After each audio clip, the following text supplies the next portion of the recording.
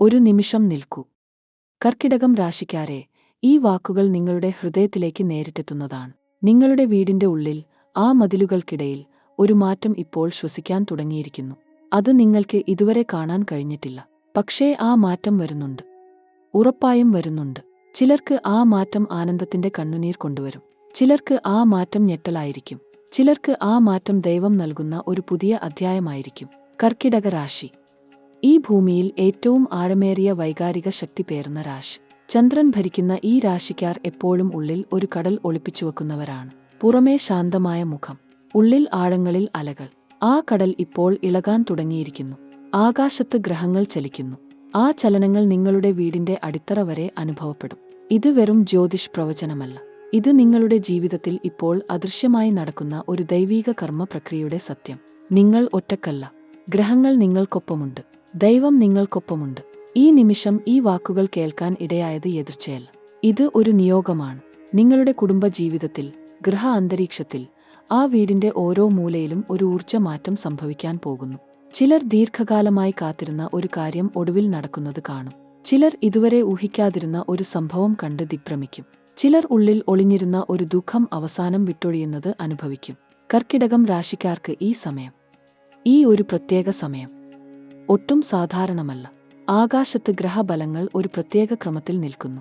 ആ ക്രമം നൂറ്റാണ്ടുകൾക്ക് ഒരിക്കൽ മാത്രം ഉണ്ടാകുന്ന ഒന്നാണ്. ഈ ഒരു ഘട്ടത്തിൽ നിങ്ങളുടെ ജീവിതത്തിലേക്ക് ഏത് തരം ഊർജ്ജം കടന്നുവരും, ഏത് ദൈവീക ശക്തി നിങ്ങളെ ചൂഴ്ന്നു നിൽക്കും, ഏത് കർമ്മഫലം ഇപ്പോൾ പഴുത്തു വീഴാൻ ഒരുങ്ങി നിൽക്കുന്നു, അതെല്ലാം ഇനി ഞാൻ നിങ്ങളോട് തുറന്നു പറയും. ഒന്ന്, ആഴത്തിൽ ശ്വാസം എടുക്കൂ. കണ്ണടക്കേണ്ട. ഈ വാക്കുകൾ ശ്രദ്ധിക്കൂ. കാരണം ഇത് നിങ്ങൾക്ക് വേണ്ടി മാത്രം ഉള്ളതാണ്. ഈ നിമിഷം ഒരു കാര്യം ചെയ്യൂ. നിങ്ങൾ ഏറ്റവും ഹൃദയത്തോട് ചേർത്ത് നിൽക്കുന്ന നിങ്ങളുടെ ഇഷ്ടദേവന്റെ അല്ലെങ്കിൽ ഇഷ്ടദേവിയുടെ തിരുനാമം ഇവിടെ കമന്റ് ചെയ്യൂ. ആ ദേവനാമം ടൈപ്പ് ചെയ്യുമ്പോൾ ആ ഒരൊറ്റ നിമിഷത്തിൽ നിങ്ങൾ ആ ദൈവത്തെ സ്മരിക്കുകയാണ്. ആ ഓർമ്മ ഒരു ശക്തിയാണ്. ആ ഭക്തി ഒരു കവചമാണ്. ജ്യോതിഷം പഠിപ്പിക്കുന്നത് ഒരൊറ്റ കാര്യം: ഗ്രഹങ്ങൾ ചലിക്കും, പക്ഷേ ദൈവഭക്തി ഒരിക്കലും ചലിക്കില്ല. അത് ഒരു ഉറച്ച ബിന്ദുവാണ്. ഈ വീഡിയോ നിങ്ങൾക്ക് ഉപകാരമായി തോന്നുന്നുവെങ്കിൽ ഇത് നിങ്ങളുടെ പ്രിയപ്പെട്ടവരുമായി പങ്കിടൂ. കർക്കിടകം രാശിയിൽ ജനിച്ചവർ ഉള്ള കുടുംബങ്ങളിൽ ഈ വാക്കുകൾ എത്തട്ടെ. ഒരു ലൈക്ക് ഇട്ടാൽ, ആ ഒരൊറ്റ ലൈക്ക് ഒരു ദൈവ ആശീർവാദമായി ഞാൻ കരുതുന്നു. ചെയ്യൂ. ഒരു വാക്ക് ആകട്ടെ, ഒരു ദൈവനാമം ആകട്ടെ. ആ ഊർജം ഈ ഇടത്തു നിറയട്ടെ. ഒരു കാര്യം കൂടി: നിങ്ങളുടെ ജാതകം, ജന്മനക്ഷത്രം, ജനനസമയം എന്നിവ അടിസ്ഥാനമാക്കി ഒരു വ്യക്തിഗത ജ്യോതിഷ വിശകലനം ആഗ്രഹിക്കുന്നവർ, അല്ലെങ്കിൽ വിവാഹ പൊരുത്ത പരിശോധന ആഗ്രഹിക്കുന്നവർ, ഈ വീഡിയോയുടെ കമന്റ് വിഭാഗത്തിൽ വിശദ വിവരങ്ങൾ ഉണ്ട്. ആ വിവരങ്ങൾ ഒരിക്കൽ നോക്കൂ. ഒരു ജ്യോതിഷ ദർശനം ചിലപ്പോൾ ജീവിതത്തിന്റെ ദിശ മാറ്റും. ദൈവ ഇഷ്ടമുണ്ടെങ്കിൽ ആ ദർശനം നിങ്ങൾക്ക് ഗുണകരമാകും. ഇനി നമുക്ക് ഗ്രഹങ്ങളുടെ ലോകത്തിലേക്ക് കടക്കാം. ആ ലോകം, ആ ഗ്രഹ ഊർജങ്ങളുടെ ഇടനാഴി. കർക്കിടകം രാശിക്കാർക്ക് ഇപ്പോൾ ഏറ്റവും ശക്തമായ ഒരു ഗ്രഹസ്വാധീനം ഉണ്ട്. അത് ഗുരു, ബൃഹസ്പതി, ജ്ഞാനത്തിന്റെ ദേവൻ, വിധിയുടെ ഉന്നയനം. ഗുരു ഇപ്പോൾ കർക്കിടകം രാശിക്ക് ഒരു വിശേഷ ഭാഗത്ത് ഇരിക്കുന്നു. ഗൃഹജീവിതം, കുടുംബ ബന്ധങ്ങൾ, ഭൗതിക സ്ഥിരത ഇവ ഭരിക്കുന്ന ഭാവങ്ങളിൽ ഗുരുവിന്റെ ദൃഷ്ടി പതിക്കുന്നു.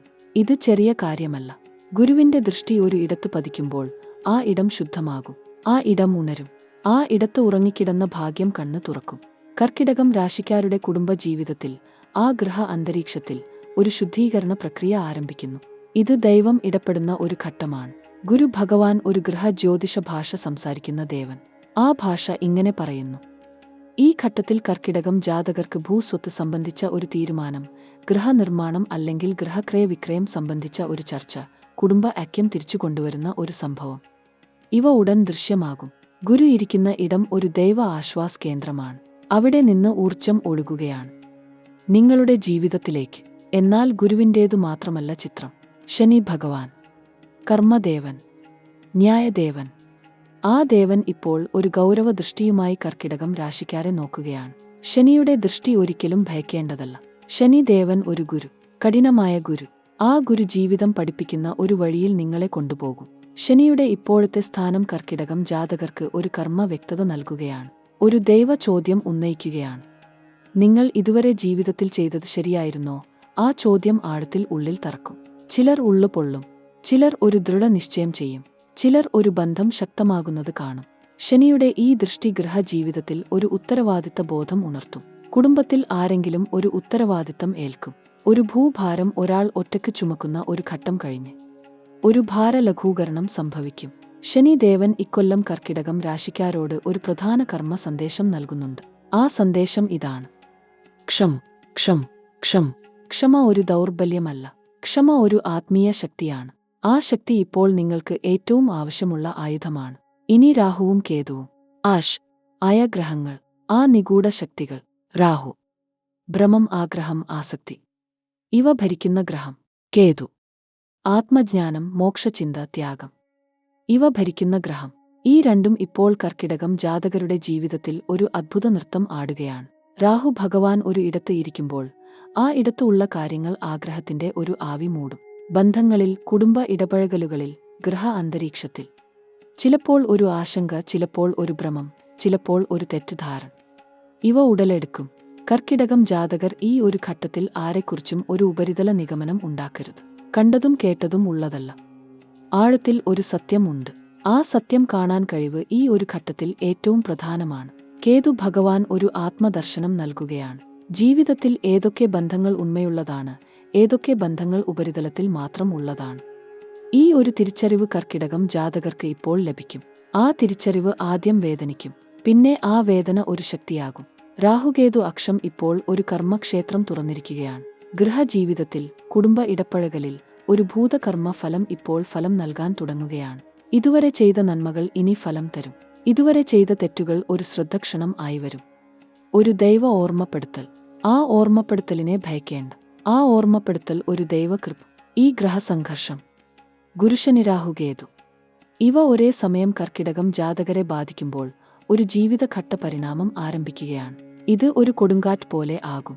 ആ കൊടുങ്കാറ്റ് കഴിഞ്ഞാൽ ഒരു വ്യക്തമായ ആകാശം, ഒരു ശുദ്ധവായു, ഒരു പുതിയ പ്രഭാതം. ചന്ദ്രൻ ഭരിക്കുന്ന ഈ കർക്കിടകം രാശി ഇപ്പോൾ ഒരു ചന്ദ്ര ഊർജ്ജ തരംഗത്തിൽ ഒഴുകുകയാണ്. ഭാവനാശക്തി, ആന്തരിക ഒഴുക്ക്, വൈകാരിക ഉദ്വേഗം, ഇവ ഈ ഘട്ടത്തിൽ ഏറ്റവും ഉയർന്ന തലത്തിൽ ഉണ്ടാകും. ഈ ഒരു ഘട്ടത്തിൽ ഈ ഊർജ്ജം ശരിയായ ദിശയിൽ ഉപയോഗിക്കണം. തെറ്റായ ദിശയിൽ ഒഴുകിയാൽ ആ ഊർജ്ജം ദുഃഖം ഉണ്ടാക്കും. ശരിയായ ദിശയിൽ ഒഴുകിയാൽ ആ ഊർജ്ജം ഒരു ദൈവശക്തിയാകും. കർക്കിടകം ജാതകർ ഈ ഒരു ഗ്രഹഘട്ടത്തിൽ ഒരു കാര്യം ഓർക്കണം: ഒരു ഘട്ടം അവസാനിക്കുന്നു, ഒരു ഘട്ടം ആരംഭിക്കുന്നു. ആ ആരംഭം ഒരു ദൈവ ആശ്വാസം ആകണം. ആ ആശ്വാസം ഒരു ദൈവദാനം. ആ ദൈവദാനം ഏറ്റുവാങ്ങാൻ ഒരു ആന്തരിക ശുദ്ധി വേണം. ആ ശുദ്ധി, ആ ആത്മശുദ്ധി ഇനി നാം ഒരുമിച്ച് കണ്ടെത്തും. ഈ നക്ഷത്രസ്ഥാനമാറ്റങ്ങൾ നിങ്ങളുടെ ജീവിതത്തിൽ ഇറങ്ങിവരുന്ന ഈ നിർണായക നിമിഷത്തിൽ ഒരു കാര്യം ഓർക്കണം: ഗ്രഹങ്ങൾ മാത്രമല്ല നിങ്ങളെ നയിക്കുന്നത്. നിങ്ങളുടെ കർമ്മവും, നിങ്ങളുടെ ഭക്തിയും, നിങ്ങളുടെ ഉള്ളിലെ ആ നിശബ്ദമായ പ്രാർത്ഥനയും കൂടി ചേർന്നാണ് ഈ ജീവിതം മുന്നോട്ട് നീങ്ങുന്നത്. കർക്കിടക രാശിക്കാർക്ക് ഇപ്പോൾ ഏറ്റവും ആവശ്യമായ കാര്യം ശക്തമായ ആത്മീയ ഇടപെടലാണ്. ഗ്രഹദോഷം മാത്രമല്ല, ജന്മജന്മാന്തരങ്ങളിലൂടെ കൂടെ വരുന്ന കർമ്മഭാരവും ഈ ഘട്ടത്തിൽ ഭേദിക്കേണ്ടതുണ്ട്. അതിനുള്ള വഴി തുറന്നു തരികയാണ് ഇനി. ശനിയുടെ സ്വരം ഭാരമുള്ളതാണ്. രാഹുവിന്റെ നിഴൽ വിശാലമാണ്. ഗുരുഭഗവാൻ ഒരു ഔദാര്യം നൽകാൻ തയ്യാറായി നിൽക്കുന്നുണ്ട്. പക്ഷേ ആ അനുഗ്രഹം വാങ്ങി എടുക്കാൻ നിങ്ങൾ തയ്യാറാണോ? ആ തയ്യാറെടുപ്പിന്റെ ഭാഗമായാണ് ഈ പരിഹാരങ്ങളും ഉപായങ്ങളും. ഇതൊരു ആചാരമല്ല, ഇതൊരു ഉണർത്തലാണ്. ആദ്യം ഒരു ചെറിയ കാര്യം ചെയ്യൂ. ഓരോ ദിവസവും പുലർകാലത്ത് ആദ്യം കണ്ണു തുറക്കുന്ന നിമിഷം 2 കൈകളും ഒന്ന് നോക്കൂ. ആ കൈകളിൽ ലക്ഷ്മിദേവി വസിക്കുന്നു എന്ന് ഓർക്കൂ. കരദർശനം എന്ന ഈ ചെറിയ ആചാരം കർക്കിടക രാശിക്കാർക്ക് ഇക്കാലഘട്ടത്തിൽ ഏറ്റവും ഫലം ചെയ്യുന്ന ഒന്നാണ്. ചന്ദ്രൻ ഭരിക്കുന്ന ഈ രാശിക്ക് ഓരോ ദിവസത്തിന്റെ തുടക്കത്തിലും ഒരു ദിവ്യ ഉദ്ദേശ്യം ഉണ്ടാകണം. ആ ഉദ്ദേശ്യം ഉറക്കത്തിൽ നിന്ന് ഉണർന്ന് എഴുന്നേൽക്കുന്ന ആ ആദ്യ നിമിഷത്തിൽ തന്നെ ഉറപ്പിക്കണം. വെള്ളിയാഴ്ച ദിവസം പ്രത്യേകമായ ഒരു ഉപായം ഉണ്ട്. ഒരു വെള്ള തുണിയിൽ ഒരു പിടി വെളുത്ത അരി, ഒരു ചെറിയ നാളികേരം, ഒരു പൂമൊട്ട് ഇവ ഒരുമിച്ച് ഒരിടക്കിൽ വച്ച് ഏറ്റവും അടുത്തുള്ള ദേവീക്ഷേത്രത്തിൽ അർപ്പിക്കൂ. ഇത് ചെയ്യുമ്പോൾ മനസ്സിൽ ഒരൊറ്റ കാര്യം മാത്രം ചിന്തിക്കൂ: ഇനിയുള്ള ജീവിതം ഭഗവതിയുടെ കൈകളിൽ. ഈ ഒരു ഉൾസ്വരം, ഈ ഒരു ഭക്തി കർക്കിടക രാശിക്കാരുടെ ഭാഗ്യദ്വാരം തുറക്കും. കാരണം ചന്ദ്രരാശിയായ ഈ ജാതകർക്ക് ദേവി ആരാധന ഏറ്റവും ഊർജ്ജദായകമായ ഒന്നാണ്. ശനിദോഷ ശമനത്തിനായി ശനിയാഴ്ച ദിവസം ഒരു ദരിദ്ര കുടുംബത്തിന് ഭക്ഷണം കൊടുക്കൂ. അല്ലെങ്കിൽ ഒരു ഭിക്ഷക്കാരന്റെ കയ്യിൽ ഒരു ചെറിയ ദക്ഷിണ, ഒരു നേർക്കാഴ്ചയായി ഒരു ഭഗവത് നാമം ഉള്ളിൽ ഉരുവിട്ടു കൊടുക്കൂ. ശനി ദേവൻ ദരിദ്രരിലൂടെ, ദുർബലരിലൂടെ, ആർദ്രതയിലൂടെ സംസാരിക്കുന്ന ദേവനാണ്. ഈ ഒരു ചെറിയ ദാനം ശനിയുടെ ഭാരം ഒരൽപ്പം ലഘൂകരിക്കും. ഇടയ്ക്ക് ഒരു ദീർഘനിശ്വാസം വിടൂ. ഈ ഭൂമിയിൽ ജനിക്കുന്ന ഓരോ ജീവിക്കും ശനി ഒരു ഗുരുവാണ്, ശത്രുവല്ല. ആ ഗുരുവിന്റെ പഠിപ്പിക്കൽ ഉൾക്കൊള്ളുന്നവർക്ക് ജീവിതം മുന്നോട്ട് നീങ്ങും. രാഹുദോഷം ശമിപ്പിക്കാൻ ദുർഗദേവിയുടെ ക്ഷേത്രത്തിൽ ചൊവ്വാഴ്ച ദിവസം 9 ലക്ഷ്മി ദീപം കൊളുത്തു. 9 എന്ന സംഖ്യ ഈ ഘട്ടത്തിൽ കർക്കിടക രാശിക്കാർക്ക് ഏറ്റവും ശക്തിദായകമാണ്.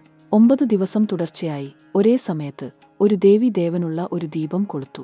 ഈ ദീപജ്വാലയിൽ ആ 9 ദിവസങ്ങളിൽ രാഹുവിന്റെ നിഴൽ മെല്ലെ അകലും. കേതുവിന്റെ ഫലം ശമിക്കണമെങ്കിൽ ഒരു കാര്യം ഓർക്കൂ.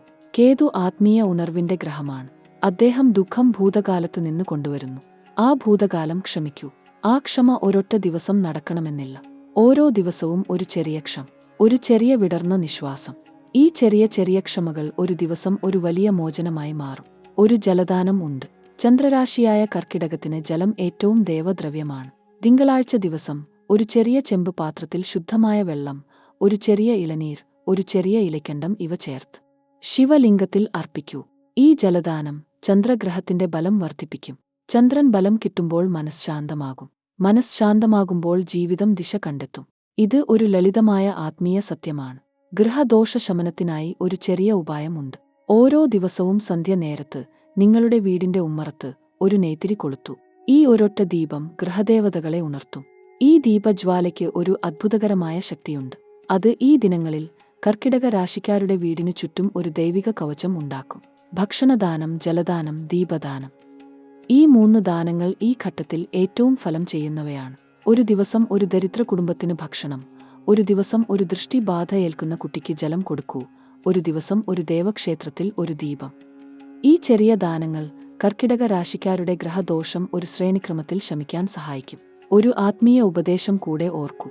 ഈ ഘട്ടത്തിൽ ദേഷ്യം, അഹങ്കാരം, അസൂയ, ഈ 3 കാര്യങ്ങളിൽ നിന്ന് മനഃപൂർവ്വം അകലൂ. ഇത് ബലഹീനതയല്ല, ഇത് ഏറ്റവും ശക്തമായ ആത്മീയ ഇടപെടലാണ്.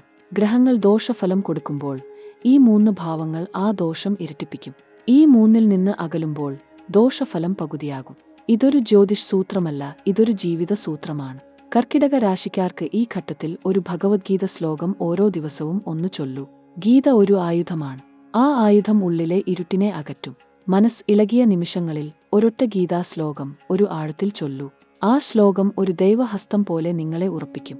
ഇനി ഈ ആത്മീയ ഊർജം ഉള്ളിൽ ഉറപ്പിച്ച് ഈ കർക്കിടക ഘട്ടത്തിൽ ജോലി, കച്ചവടം, പണം ഇവ ഏത് ദിശയിൽ ചലിക്കുന്നു എന്ന് നോക്കാം. ഈ കാര്യങ്ങൾ ഇപ്പോൾ ഒരു വ്യക്തമായ ചിത്രം വരഞ്ഞു കൊടുക്കേണ്ടത് ആവശ്യമാണ്. കാരണം ഗ്രഹമാറ്റങ്ങൾ ഏറ്റവും ആദ്യം ബാധിക്കുന്നത് ഈ 3 ജീവിത മേഖലകളെയാണ്. കർക്കിടക രാശിക്കാർക്ക് ഇപ്പോൾ ജോലിക്ഷേത്രത്തിൽ ഒരു നിശബ്ദ ചലനം നടക്കുന്നുണ്ട്. ഉൾപ്രകടമല്ല, ഉൾചലനം. ഈ ഉൾചലനം ഒരു ഒഴുക്ക് ഉണ്ടാക്കാൻ ശ്രമിക്കുകയാണ്. ഗുരു ഭഗവാൻ ഇപ്പോൾ ഒരു ഭവ്യ ദ്വാദശ ഭാവബന്ധം ഉണ്ടാക്കിയിരിക്കുന്നു. ഈ ബന്ധം ഒരു ബ്രഹ്മദ്വാദശ ഭാവ ചിന്ത ഉണ്ടാക്കും. ഇത് ജോലിയോടുള്ള ഒരു ആന്തരിക അതൃപ്തി ഉണ്ടാക്കും. ഈ ജോലി ശരിക്കും ഞാൻ ആഗ്രഹിക്കുന്നതാണോ എന്ന ചോദ്യം ഈ ഘട്ടത്തിൽ ഉള്ളിൽ ഉദിക്കും. ഈ ചോദ്യം ഒരു ദൗർബല്യമല്ല, ഒരു ഉണർത്തലാണ്. ഗുരു ഭഗവാൻ ഈ ഉണർത്തൽ ഉദ്ദേശ്യപൂർവ്വം ഉണ്ടാക്കുകയാണ്. കാരണം ഒരു വലിയ ഉയർച്ചയ്ക്ക് മുൻപ് ഒരു ചലനം ആവശ്യമാണ്. ആ ചലനം ഇപ്പോൾ ഉള്ളിൽ ആരംഭിക്കുകയാണ്. ഈ ആദ്യ 7 ദിവസങ്ങളിൽ ജോലിയോടുള്ള ഈ ആന്തരിക ചോദ്യം വർദ്ധിക്കും. ചോദ്യത്തോട് ദേഷ്യം കൂടരുത്. ചോദ്യത്തോട് ഒന്ന് ശ്രദ്ധയോടെ ഇരിക്കൂ. ഉത്തരം ഉള്ളിൽ നിന്ന് വരും. ജോലി ചെയ്യുന്ന കർക്കിടക രാശിക്കാർക്ക് ഈ ഘട്ടത്തിൽ ഒരു സൂചന ഉണ്ട്. ഉദ്യോഗസ്ഥലത്ത് ഒരു മൂലയിൽ ഒരു ചർച്ച നടക്കുന്നുണ്ട്. ആ ചർച്ചയിൽ നിങ്ങളുടെ പേരുണ്ടാകാം. ആ ചർച്ച ഗുണകരമോ ദോഷകരമോ ആകാം. ഇത് ഏതായാലും ആ ചർച്ചയെ ഭയക്കേണ്ടതില്ല. 7 ദിവസത്തിൽ ഈ ചർച്ച ഒരു ഉത്തരത്തിലേക്ക് നീങ്ങും. ആ ഉത്തരം ഗുണകരമാകണം എങ്കിൽ ഒരേ ഒരു ഉപദേശം: ഉദ്യോഗസ്ഥലത്ത് ആരോടും അനാവശ്യ തർക്കം ഒഴിവാക്കൂ. ഈ ഘട്ടത്തിൽ മൗനം ഒരു ആയുധമാണ്. ഒരു ദൂരം ഉള്ള ജോലി അല്ലെങ്കിൽ ദേശാന്തര ഉദ്യോഗ സാധ്യത ഈ ഘട്ടത്തിൽ ഒരു ഘടകമായി ഉണ്ടാകും. ഒരു ഫോൺ വരും, ഒരു സന്ദേശം വരും. അതൊരു ക്ഷണമാകും. ആ ക്ഷണത്തോട് ധൃതിയിൽ ഉത്തരം പറയേണ്ടതില്ല. ഒന്ന് ആലോചിക്കൂ. 7 ദിവസം ആ ക്ഷണം ഉള്ളിൽ വച്ച് ആലോചിക്കൂ. ആ 7 ദിവസത്തിനു ശേഷം ആ ക്ഷണം ശരിക്കാണോ അല്ലയോ എന്ന ഉള്ളിൽ ഒരു ഉത്തരം ഉണ്ടാകും. ആ ഉള്ളിൽ ഉദിക്കുന്ന ഉത്തരത്തിന് ഒരു ദൈവഹസ്തമുണ്ട്. ആ ഉത്തരം ശ്രദ്ധിക്കൂ. കച്ചവടം ചെയ്യുന്ന കർക്കിടക രാശിക്കാർക്ക് ഈ ഘട്ടം ഒരു ദ്വൈത ഘട്ടമാണ്. ഒരു ഭാഗത്ത് ഒരു ബന്ധം ഉറപ്പിക്കാൻ ഒരു അവസരം ഉണ്ടാകും. ഒരു പുതിയ കൂട്ടുകാർ, ഒരു പുതിയ ബിസിനസ് ബന്ധം, ഒരു പുതിയ ഇടപാട്. ഈ ഇടപാടിൽ ഒരു ലഭ്യത ഉണ്ടാകും. ആ ലഭ്യതയിൽ ഒരു ലഘുവായ പ്രലോഭനം ഉണ്ടാകും. ഇത് ഒരു ആദ്യ ഘട്ടം, ഒരു ചെറിയ നഷ്ടം ഓക്കെയാണ് എന്ന് ഒരു ശബ്ദം ഉള്ളിൽ പറഞ്ഞേക്കും. ആ ശബ്ദം ഒരിക്കലും ആദ്യ 7 ദിവസങ്ങളിൽ ശ്രദ്ധിക്കേണ്ടതില്ല. ആദ്യ 7 ദിവസങ്ങളിൽ ഒരു ചെറിയ നഷ്ടം ആകാം, ഒരു ചെറിയ ഇടപ്പ് ആകാം. ഇവ ഒഴിവാക്കൂ. 14 ദിവസം ആകുമ്പോൾ ചിത്രം വ്യക്തമാകും. ഈ ഘട്ടത്തിൽ ഒരു ഉൾഭ്രമദ്വാദശ ഫലം ഉണ്ട്. ഒരു ഇടപ്പ് ലഘൂകരിക്കുന്ന സ്ഥാനത്ത് ഒരു ദൂരമുള്ള ആൾ, ഒരു ബന്ധം ഉണ്ടാകും. ആ ബന്ധം ഒരു ദ്വൈതഫലം ഉണ്ടാക്കും. ആ ദ്വൈതഫലം ഇന്ന് ഒരു ഗുണം പോലെ കാണും, നാളെ ഒരു ദോഷം ആകും. ആ ആൾ ആരാണ് എന്ന് ഈ 7 ദിവസങ്ങളിൽ ആലോചിക്കൂ. ആ ആൾ ഉള്ളിൽ ഒരു ഭ്രമ ഉണ്ടാക്കാൻ ശ്രമിക്കും. ആ ഭ്രമത്തിൽ ഒരിക്കലും ഒരു ബിസിനസ് ഒപ്പിടേണ്ടതില്ല. ഇനി ആ ഘട്ടം കടന്ന് ഒരു വ്യക്തമായ ഗുണഫലം ഉണ്ട്. 9 ദിവസം മുതൽ 11 ദിവസം ആകുന്ന ഒരു നേരത്ത് ഒരു ഒഴുക്ക് ആരംഭിക്കും. ആ ഒഴുക്ക് ഒരു ദ്രവ്യ ഉദ്ഭവ ഫലം ഉണ്ടാക്കും. ഒരു ദൂരമുള്ള ഒരു കൂട്ടുകാർ, ഒരു പഴയ ഇടപ്പ്, ഒരു ഭൂത ഇടപ്പ്, ഇവ ഒരൊഴുക്കായി ഉണ്ടാകും. ആ ഒഴുക്ക് ഒരു ദ്രവ്യ ഉദ്ഭവമായി മാറും. ഈ ദ്രവ്യ ഉദ്ഭവം ഒരു ദ്വൈത ഭ്രമദ്വാദശ ഭാവഫലത്തിൽ നിന്ന് ഒരു ഭ്രമഗുണഫലത്തിലേക്ക് ഒരു ഒഴുക്ക് ഉണ്ടാക്കും. ലളിതമായി പറഞ്ഞാൽ ആദ്യ 7 ദിവസങ്ങൾ ഒരു ഭ്രമദ്വൈത്. പ്രിയപ്പെട്ട കർക്കിടകക്കാരെ, ഇനി നമ്മൾ സ്പർശിക്കാൻ പോകുന്നത് ജീവിതത്തിലെ ഏറ്റവും ആഴമേറിയ, ഏറ്റവും സ്വകാര്യമായ ആ ഇടങ്ങളിലേക്കാണ്. പ്രണയം, ദാമ്പത്യം, കുടുംബബന്ധങ്ങൾ. ഇവ ഒരു മനുഷ്യന്റെ ഹൃദയത്തിന്റെ ഏറ്റവും ലോലമായ ഭാഗങ്ങളാണ്. ഈ ഭാഗത്ത് ഗ്രഹങ്ങൾ എന്തു കൊണ്ടുവരുന്നുവെന്ന് അറിയേണ്ടത് ഇന്ന് ഏറ്റവും ആവശ്യമാണ്. ഇപ്പോൾ ചന്ദ്രൻ നിങ്ങളുടെ ജന്മരാശിയായ കർക്കിടകത്തിന്റെ അധിപനാണ്. ചന്ദ്രൻ മനസ്സിന്റെ ഗ്രഹമാണ്, ബന്ധങ്ങളുടെ ഗ്രഹമാണ്, വൈകാരിക ആഴത്തിന്റെ ഗ്രഹമാണ്. ഇപ്പോൾ ശുക്രൻ നിങ്ങളുടെ സ്നേഹഭാഗ്യസ്ഥാനത്ത് സഞ്ചരിക്കുമ്പോൾ ഒരു ആഴമേറിയ വൈകാരിക പരിവർത്തനം നിങ്ങളുടെ ഹൃദയത്തിൽ ഉണ്ടാകാൻ പോകുകയാണ്. ഇത് കേൾക്കുമ്പോൾ ചിലർക്ക് ഉള്ളിൽ ഒരു ചെറിയ വിറയൽ അനുഭവപ്പെടും. കാരണം ഈ സ്ഥാനം നിങ്ങളുടെ ഹൃദയം ഇതിനകം ഇത് അറിഞ്ഞിരുന്നു. പ്രണയജീവിതത്തിൽ ഇക്കാലയളവിൽ വളരെ സൂക്ഷ്മതയോടെ ഇരിക്കേണ്ട ഒരു ഘട്ടമാണ് വന്നിരിക്കുന്നത്. ഒരാൾ ഇപ്പോൾ ഒറ്റയ്ക്ക് ആണെങ്കിൽ ഒരു പ്രത്യേക വ്യക്തിയെ ജീവിതത്തിലേക്ക് കൊണ്ടുവരാൻ വിധി തയ്യാറെടുക്കുകയാണ്. ഇത് പെട്ടെന്ന് സംഭവിക്കും. ഒരു സ്ഥലത്ത് പോകും, ഒരു ചടങ്ങിൽ പങ്കെടുക്കും, ഒരു സൗഹൃദ കൂടിക്കാഴ്ചയിൽ ഒരു മുഖം കണ്ടുമുട്ടും. ആ നിമിഷം ഉള്ളിൽ ഒരു തരം നിശബ്ദത ഉണ്ടാകും. ആ നിശബ്ദതയെ നിങ്ങൾ ശ്രദ്ധിക്കണം. കാരണം ആ നിശബ്ദതയ്ക്ക് ഉള്ളിലാണ് ദൈവം ഒരു സന്ദേശം ഒളിപ്പിച്ചിരിക്കുന്നത്. ഇതിനകം ഒരു ബന്ധത്തിൽ ഉള്ളവർക്ക് ഈ ഘട്ടം ഒരു ദർപ്പണം പോലെയാണ്. ഈ ദർപ്പണത്തിൽ നിങ്ങളുടെ ബന്ധത്തിന്റെ ശരിയായ മുഖം കാണാൻ കഴിയും. ചിലർക്ക് ഈ ദർപ്പണം മനോഹരമായ ഒരു ചിത്രം കാണിക്കും. ചില വർഷങ്ങളായി ഒരുമിച്ചിരിക്കുന്ന ദമ്പതികൾ ഈ ഘട്ടത്തിൽ പുതിയ ഒരു ആഴം കണ്ടെത്തും. ഒരുമിച്ചൊരു പ്രാർത്ഥന, ഒരുമിച്ചൊരു ദേവദർശനം, ഒരുമിച്ചൊരു ഇരുത്തം. ഇവ ഈ കാലഘട്ടത്തിൽ ആ ബന്ധത്തെ ഏറ്റവും ശക്തമാക്കും. ചിലർക്ക് ഈ ദർപ്പണം വേദനാജനകമായ സത്യങ്ങൾ കാണിക്കും.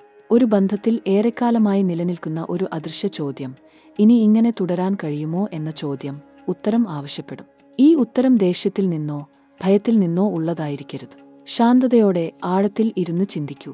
വിവാഹ കാര്യങ്ങൾ ഈ ഘട്ടത്തിൽ ആലോചിക്കുന്നവർക്ക് ഒരു ശുഭസൂചന ഇവിടെ പറയാതെ വയ്യ. ഇടക്ക് മുട്ടിനിൽക്കുകയായിരുന്ന ഒരു വിഷയം ഒരു ചെറിയ ഗ്രഹചലനത്തിൽ അഴിഞ്ഞുവരും. ഒരു കല്യാണ ആലോചന, ഒരു ജ്യോതിഷ ഒത്തുനോട്ടം, ഒരു കുടുംബ സ്വീകൃതി. ഇവ ഈ ഘട്ടത്തിൽ ഒത്തുവരാൻ ഇടയുണ്ട്. ഇതിനുവേണ്ടി ക്ഷമയോടെ കാത്തിരുന്നവർ ഇനി ഒരു ദൈവഹിതം ഉണ്ടാകും എന്ന് ഉറച്ചു വിശ്വസിക്കൂ. കുടുംബജീവിതത്തിൽ ഈ ഘട്ടം ഒരു ശുദ്ധീകരണ പ്രക്രിയ കൊണ്ടുവരും. വർഷങ്ങളായി ഉള്ളിൽ ഒളിഞ്ഞിരുന്ന ചില വേദനകൾ, ചില പരാതികൾ, ചില അഭിപ്രായ വ്യത്യാസങ്ങൾ, ഇവ ഇനി ഉള്ളിൽ ഒതുക്കി വയ്ക്കാൻ കഴിയില്ല. ഇവ പുറത്തുവരും. ഇത് ഒരു ഭീഷണിയല്ല, ഇത് ഒരു അനുഗ്രഹമാണ്. കാരണം ഉള്ളിൽ ഒതുക്കിവച്ചിരിക്കുന്ന വേദന ഒരിക്കലും ഭേദമാകില്ല. അത് പുറത്തു വരുമ്പോൾ ആ ബന്ധം ആദ്യം ഒന്ന് ചൂടാകും. എന്നാൽ ആ ചൂടിനു ശേഷം ഒരു ശുദ്ധമായ ശാന്തത വരും. ആ ശാന്തതയ്ക്ക് ഉള്ളിലാണ് ഒരു ബന്ധം ശരിക്കും ആരോഗ്യകരമാകുന്നത്. ഒരു കാര്യം പ്രത്യേകം ശ്രദ്ധിക്കൂ. ഈ ഘട്ടത്തിൽ ഒരു പ്രായം ചെന്ന കുടുംബ അംഗത്തിന്, ഒരു മൂത്ത ആൾക്ക്, ആ ആളെ കൂടുതൽ സ്നേഹിക്കൂ. അല്പം കൂടി ശ്രദ്ധ കൊടുക്കൂ. ഒരു ഫോൺ വിളി, ഒരു കൂടിക്കാഴ്ച, ഒരു ചിരി. ഇത് ആ ആൾക്ക് ഏറ്റവും വലിയ ഊർജം ആകും. ഈ ഒരു ചെറിയ പ്രവൃത്തിക്ക് ദൈവം നിങ്ങൾക്ക് തിരിച്ച് ഒരു വലിയ അനുഗ്രഹം നൽകും. ഇത് ആകസ്മികമാകില്ല. ഇത് ദൈവഹിതമാണ്. ഇനി നമ്മൾ ആരോഗ്യ ജീവിതത്തിലേക്ക് കടക്കുകയാണ്. ഒരു കർക്കിടകക്കാരന്റെ ആരോഗ്യം ഏറ്റവും അടുത്ത ബന്ധം ഉള്ളത് മനസ്സുമായിട്ടാണ്. ശരീരം ആരോഗ്യമുള്ളതാകണമെങ്കിൽ ആദ്യം മനസ്സ് ശാന്തമായിരിക്കണം.